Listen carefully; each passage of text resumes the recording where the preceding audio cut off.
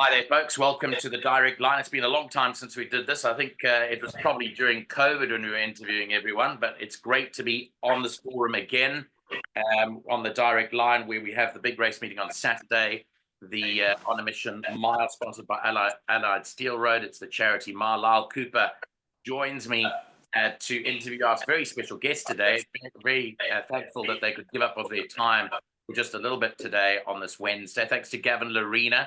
And thanks to James Crawford. You blokes, I know, run a very tight ship in terms of your time, so your time is valuable to you. But we thank you for just imparting some of your information for Saturday with us. Gavin, firstly to you, well done on the run you're having at the moment. It's really going well for you. And, well, you've passed the 50 winner mark, and you look like you're going to hit, to quite a good number for the season. Yeah, firstly, thank you very much, Nico and Lau, for having me on the direct line. It's an honor to be on the show with you guys, and thank goodness it's all going well. The winners are coming in. We just got to keep pushing forward and keep focused on it. And I just got to thank everyone for their support. But I've been enjoying my riding. Absolutely, and you look like you're in a good space too, health-wise. You're doing pretty good, and you've got an able team behind you too. James, you've had enough rest this beginning of the season. I mean, you've come back now. You only just started the Joburg operation just a short while ago. Yet to have your first winner locally for the season, but you think all that's going to change within the next few days? Yeah, also just thanks, Nico and Lau, for having me on the show. But yeah, definitely, I didn't bring necessarily any horse to the course race fit and ready to win. Everything was just in need of the run. Not that they couldn't win first time out, but they were always going to improve. So, for them to all be running in the money, and I think only 2 of them have run out of 6th or worse. It's a very good start for me for the upcoming season and the fun we're going to have when the horses are prime and ready to rumble. Spot on. Lyle, just maybe you want to take everyone through what specials we've got at the direct line. I'll put up the slide. So basically, we're running a special that lasts until Friday for people to get on board for our tips. I mean, whilst we're interviewing these 2 guys today, you and I are hard at the grindstone every day, tipping on all the other local meetings. I don't know if you just want to run through what I'm going to put up on the screen right now. Yeah, please put that up, Nico. And while we're putting that up, I wanted to ask James why Gavin's got about 4,752 trophies behind him, and James doesn't. We'll have a chat to him about that. And just looking at the 2 guys, Nico, I think we got the best 2-looking guys in horse racing, not necessarily for their fame, but more for their looks. So yeah, good absolutely. choosing, by the way. Absolutely. All right, so here we go. The Direct Line is a subscription-based service that offers, of course, our professional and expert analysis for some of the best race readers in South Africa. There are 4 of us, as you know. We've got 150 years of experience combined there, so don't look at Nico too tough there. From today, that was Sunday the 22nd or 27th, that, of course, is gone, up until Friday the 1st. We have the following special. So you have to get involved by Friday the 1st. That's 2 days from now. Today, when we're filming this, it's a Wednesday. Let's have a look at the next slide, Nico. Okay, I'm going to put that up now. Just also, guys, notice that we do have several specials for you to get involved in. And whilst I say that, you can choose which one you want to do, but you can see that we're specifically targeting the one special for you to get. But I'll just go through these for a moment. Okay, so the 4-week tipping package is reduced from 400 to 300 for the month of November. Individually, if you want to take part in the Charity Mile or the Summer Cup, it's 150. And if you want both the Charity Mile and the Summer Cup, it's 250. And all packages do end on Saturday, the 20th of November, all there, of course. But you can see there, if you take the 300 Rand, you get all of that for one. So that really is the value. Spend 300 Rand for the entire month, you get both the Charity Mile and the Summer Cup. Okay. And we'll give out the number at the end of the show for you to contact Bella on that number. I will let you know of that a bit later. I saw Gavin taking down the number there. I think he's going to join. Yeah. Look, Gavin will know this, but Gavin and I sort of go through all of his rides just before the meeting happens in Joburg. Normally, we have a run through, and he's bloody good at it, and he knows his stuff backwards. As a jockey, it's great to touch base with him. And you'll notice, Gavin, that I've chosen an armchair today to put up on the show. I had to do that because of the comments I made the other day, but we can chat about that a bit later. Let's just quickly run through the card, because I've had a good look at the card, and the reason why I got you two guys on was because I really thought that between you, you'd have a few winners on the day. So I want to start off with a maiden plate, the first race over 1,160 meters, where let's start off with you, James. You've got Fastnet filly, who we know very little about in Joburg. She's quite an old filly, lightly raced mare, but you've got the draw of 10. How's she been, and how long has she been with you? You know, she's doing really well back at home, Nico. She's probably been with me for the past 3 to 4 months now. You know, I've gone through her little rest stage as well, but she's really doing well at home. She was one of the fillies that I just had to bide a bit more time with, you know, just because she does have a niggle or two. But in saying that, she's really flying at home at the moment. She's got the good draw on her side, and you know, she's got Richard Free aboard her back. So, you know, half the job's done there. It's just up to Richard to boot her home, really. I do think she might just need the run a touch. I think what could play into her hands here is there are quite a few first timers where, you know, maybe just the race experience might have a bit of advantage to her in running. But yeah, she's doing really well back at home, and I'm expecting a really nice run from her. You've got a first time in the race called Lady Bomber. She's out at 40 to 1 currently. Any talk about anything she's doing at home that we should know about? She's produced some really nice work back at home, Nico. I think, you know, between her and Fastnet, I'd say Fastnet would probably have the better of her this time round, especially with the race experience. But you know, this filly does seem like a 11 or a 5, 6, 7 furlong kind of horse in my eyes. So if she's smart enough on the day, I wouldn't be surprised to see her running the money either. Now, Lyle, you'll agree with me that the horse looks to beat is Desert Cloud on that first run to Rodeo Drive. I make that, Gavin, on that rating, much higher than any of the ones that have run over here. How is she doing since that run in May that you rode her? And surely if she reproduces that kind of effort, she'll win here? Yeah, look, she's not the biggest of fillies, but she's very neat, and she moves really well. I sat on her a week or two ago. It felt like she was going along quite nicely, and I'm sure Candice will have her ready for this race. I think we've got a fair draw. Like you said, that first run was exceptional run. She was very green on debut, so I think you know, with that run mentally she would have come on a lot. But I do think it is a very competitive race. Who would you think would Who would you think your danger would be? You know, just listening to James, obviously Fastnet filly, it's got to be in with a chance. And then the number 5 for Sean Terry, they fancy that very strongly first time out. Warren Butter's back on the half out. He's going to be looking to make a statement that he's back in town. So, and obviously it says that it was back to first time out, so obviously think a bit of that.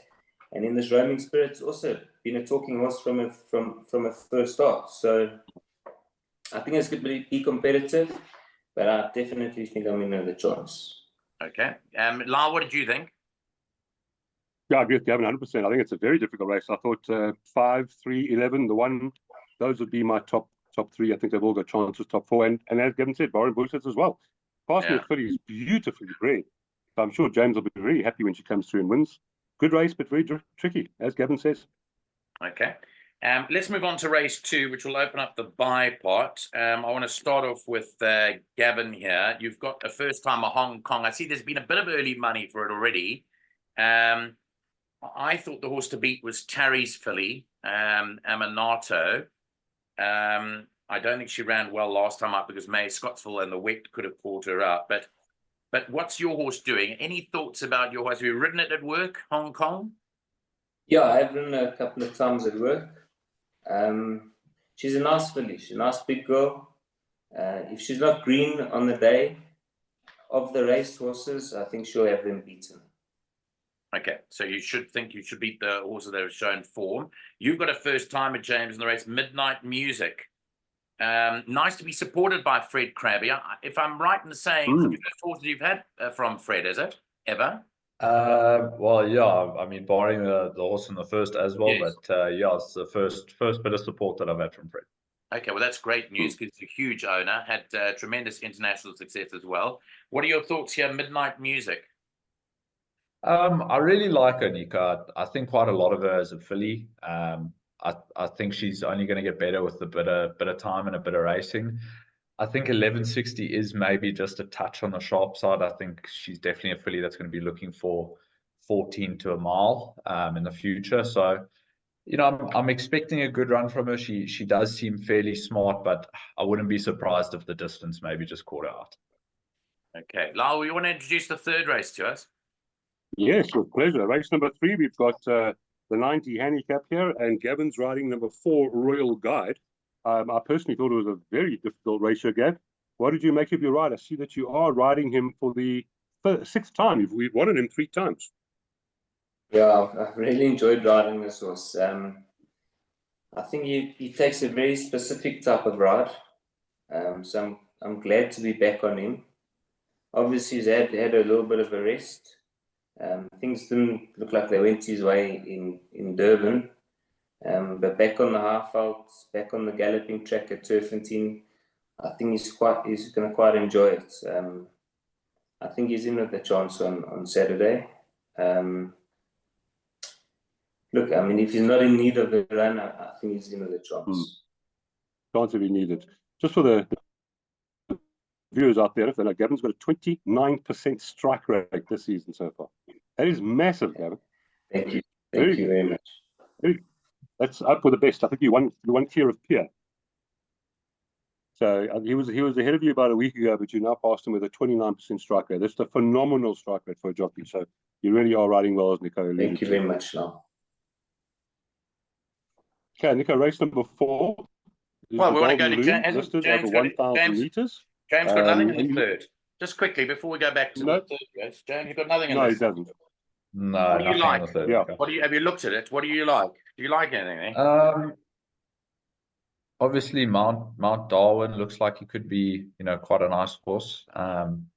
In saying that, if you like Mount Darwin, you've also got to give Strewn Sky a bit of respect. My only concern with Gavin's ride obviously might just be, you know, with a little bit of layoff, he might just need it. But in saying that, he was racing in the 22nd of August. So, you know, I'd say Mr. Laird's probably more just prepared him and got him back acclimatized before running him over this kind of trip. So I wouldn't say the break's necessarily going to be the biggest concern. But, you know, another horse, I don't think you can overlook his Total Surrender either. This horse has just kept improving. I think, Stan, if I'm correct, he's got better form at Vaal, but in saying that, he's a gutsy horse, and from draw 4, he's also got to be respected. Agreed. Okay, let's move on to the opening leg. There's a big carryover pick 6, so this will be a help here. You've got a number of good sprinters in this race. Let's start with Gavin. You're back on Sheldon now. Would you have had the choice, obviously, of all these Van Furen horses now, which one to ride, or were you told you had to ride this? No, I actually asked for Sheldon. Okay. You know, just looking at the draws when they came out, he looked like the right horse for me.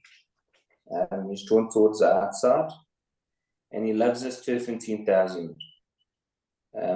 Johan did say to me he thought maybe Cosmic Star was the better one of the two. So I said I'll leave it to him. So he left me on Sheldon, and I'm pretty happy to be on him. He's a trier, and I think the way the race is set up, there's a lot of speed in the race, and I think it might just, you know, help him and play into his hands. Yeah, I thought it was pretty open, Lyle, from your perspective. I thought Sheldon had a chance. I thought Stratham had a chance on Cliffhanger. Dreamland, all the Werner's horses. I thought those all had chances. What about you? I gave horses 1 to 11 chances. Yeah, this is probably the most difficult race on the card for me. Yeah. If I had to nail my head to a mask, I'd probably go with Cosmic Star, but that's very weak selection. Okay.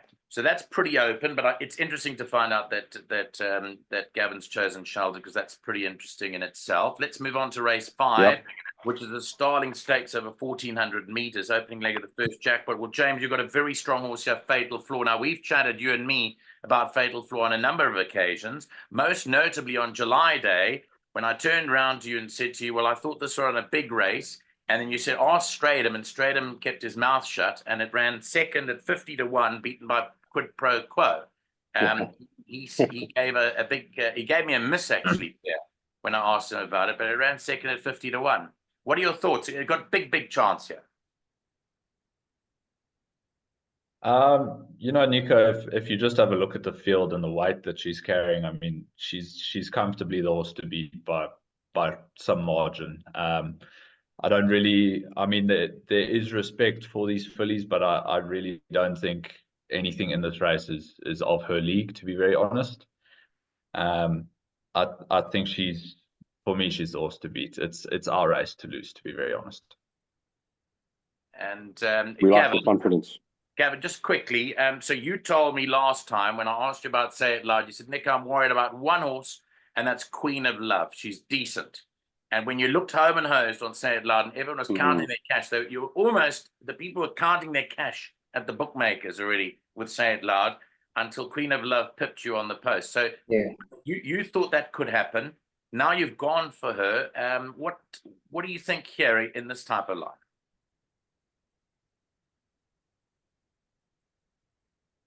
Look, obviously she's taking on a lot stronger now. But I think she's a very nice filly. I think she's got a lot of scope for improvement. I think she could have come on quite a bit from that last run, even though it's going to be 11 days to the race. I think that run could bring her on quite a bit. And she's nicely drawn. I'm excited to ride this filly because she can be anything. She's on the up. She's going to improve. She's going to want a bit further. So look, I can't say I'm going to win it, but I think I'm in with a chance, and I think she can run a positive race, a good race. Lyle, I see, interestingly, there's no jockey declared for Selenio Peninsula, which is a horse I really like as a racehorse. But it's interesting in itself. But I thought that James hit it spot on. I think he's the horse to beat here. I think this is the best bet on the card, Nico. At the weights, as James says, Fatal Flaw should win this race.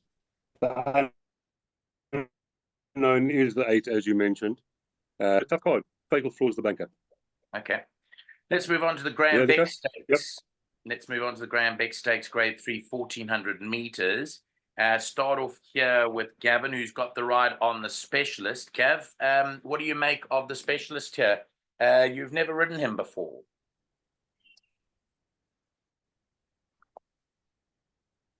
No, never ridden him. I've done a couple of workouts on him. So they have removed his one testicle.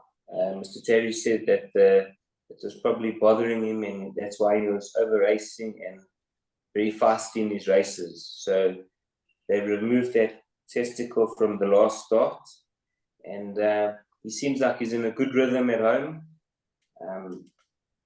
He is prepping for bigger things, so he's not at his best. So I'm just hoping for a positive run from him.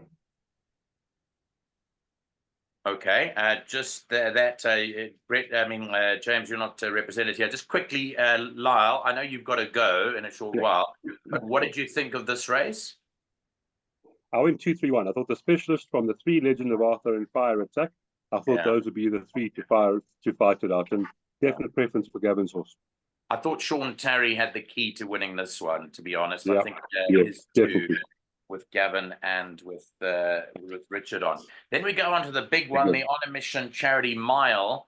Let's start with James, because you've got a lovely couple of horses here that run for you. You've got the July winner, Winchester Mansion, and then Francis Ethel, who has international interests now. She ran a blinder last time out to Beating Wings. This distance is going to suit her again on the stand side track. Look, the betting is wide open, but as you know, well, you know this very well, that the Summer Cup is the main mission, and Oisin Murphy's coming out to ride her. But where would you like her to run Saturday? You'd like her to win? Listen, it's a bit of a catch-22, Nico, because you know, in the same time that you'd like her to win and you'd like her to go in with a heap of confidence heading into the Summer Cup, there's also a margin for victory, and that's based on the fact that we only have, you know, £2 to play with heading into the Summer Cup in terms of carrying bottom weight. So, you know, I wouldn't say there's anything to take away from her in terms that she definitely can win this race, especially with the weight she's carrying. But you know, if Cabello's going to win, he needs to win on the line. He can't win by more than half a length. So I really do like her a lot. I think stand side track's going to suit her way better than inside. And you know, Cabello rode her perfectly last time. I just said to him, just look after her, give her a nice ride, let her finish her race strong, and then we can build her up from there. So I think she's really taken that race exceptionally well. And yeah, she's popping out of her skin, and she's just turned into such a beautiful specimen as a 4-year-old. So, you know, there's still healthy respect for me with regards to other horses like Dave the King, Barbaresco. Gladiatorian looks like a little bit of an unknown, but not with the best of draws. Dave the King got a lot to do with that kind of weight for his first run back of the season. But yeah, for me, I really do like my filly a lot, and yeah, she can win, but no more than half length. Let's go to Gavin, because you're back on one of your favorite horses, Barbaresco, Gav. At this juncture, Lyle, I'm going to release you from your duties here, because I know that you've got another show to record. Thanks very much. Can I just ask? Can I ask Gavin that question firstly about Barbaresco? Yeah. Because, like you say, I know it's his favorite horse. The draw and the weight, not in his favor at all. But Gavin has always rated this horse better than it is. And then, of course, Frances Ethel, just what I've heard in the last few days and chatting to James, wow, she's a good horse. And I'm really looking forward to see what transpires in the next few days. But yeah, thank you to both guys. I do have to do another show next door. So, Nico, if you'll just carry on, and thank you very much to both of them. Thank you. Thanks very much. Yeah. Thanks, Lyle. Thank you. Yeah, Gav, what do you have to say? Barbaresco. Yeah, so look, I'm not well weighted. On like with back in business, I'm 4.5 kilos off with him for the last start. So I'm not well weighted, not well drawn. But if there was a course and distance for this horse, it's the Turffontein mile stand side track. So I think he's in with a very good chance. I think if I get him to relax early in the race, he's got a phenomenal finish, this horse. But it's whether I'm going to get him to relax or not. If he locks on and travels too well, he's not going to have that finish that he can have. But on his day, he's a very good horse. My only concern is the weight. The weight and the way the race is going to run. I need this horse to find a good rhythm, be relaxed, and come at them late. You know, when I first looked at the field, the reason why I got onto the phone to join us was because, you know, you get gut feels in racing. So apart from form and apart from working out what's what, you get sometimes a gut feel. And that was my gut feel that this horse would win this race. As you rightly say, course and distance. That was what I was looking at. Yeah, look, like for me, my horses probably had the best prep into the race. I would say he's had the best prep. He's got to be fit now, and back in business. I mean, he's also had a good prep. He's gone through his prep really well. So I think for me, it's between those two horses. But if I can just get my horse in a good rhythm early, I'm going to give him a run for their money. Good stuff. Right, we're moving on to the Yellowwood Handicap. Gav doesn't have a ride in the race, but you've got Donna Mo, James. A quick comment on Donna Mo. Very consistent horse.